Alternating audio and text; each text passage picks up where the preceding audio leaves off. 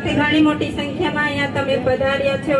કામના દિવસો છે છતાં પણ તમે અહીંયા ટાઈમ કાઢીને આપણો દિવસ ઉજવવા માટે અહીંયા આવ્યા છો, એટલે તમારો બધાનો અમે ખૂબ ખૂબ આભાર માનીએ છીએ।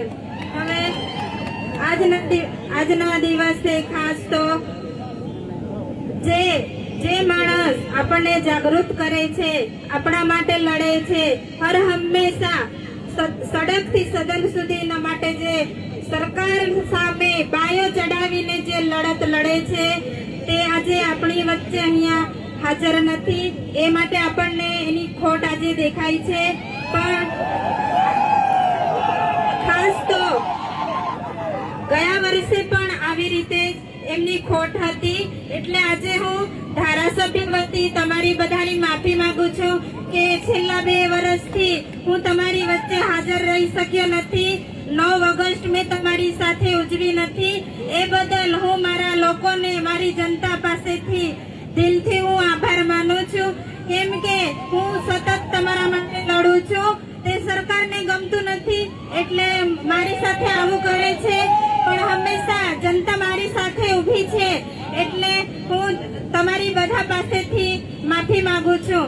અને ખાસ તો આપણો આજે દિવસ છે, આપણે ઘણી બધી જગ્યાએ ધામધૂમથી ઉજવીએ છીએ, એવી જ રીતના આપણે ડેડિયાપાડામાં પણ આપણે શરૂઆત કરી છે।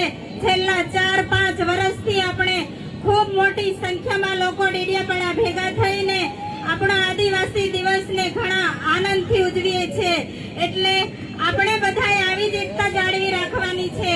આદિવાસી આ દેશનો મૂળ માલિક છે, એટલે આપણે આદિવાસી દિવસ ઉજવીએ છીએ, કેમ કે પેલો જળ જંગલ જમીન બધું આદિવાસીનું છે, એ હમણાં આપણી પાસેથી છીનવવાની કોશિશ કરી રહ્યા છે, એટલે આપણે બધાએ એકતા જાળવવાની છે। આપણે બધાએ સાથે રહીને લડત લડવાની છે। આપણો હક છે, આપણો અધિકાર છે, એ બધું આપણી પાસેથી છીનવાય છે, પણ આપણે હોશિયાર રહેવાનું છે, આપણે જાગવાનું છે। આપણા ધારાસભ્ય આપણને હંમેશા જગાડતા રહે છે કે મારો આદિવાસી સમાજ આગળ વધે, આગળ આવે, ભણતરમાં આગળ આવે, બધી જ લડતો લડે છે। એટલે યુવા મિત્રો, તમે બધા ખાસ સાથ સહકાર આપજો। વડીલ મિત્રોને પણ અમને કહીએ છીએ, તમે બધા આદિવાસી દિવસ છે એટલે અહીંયા બધા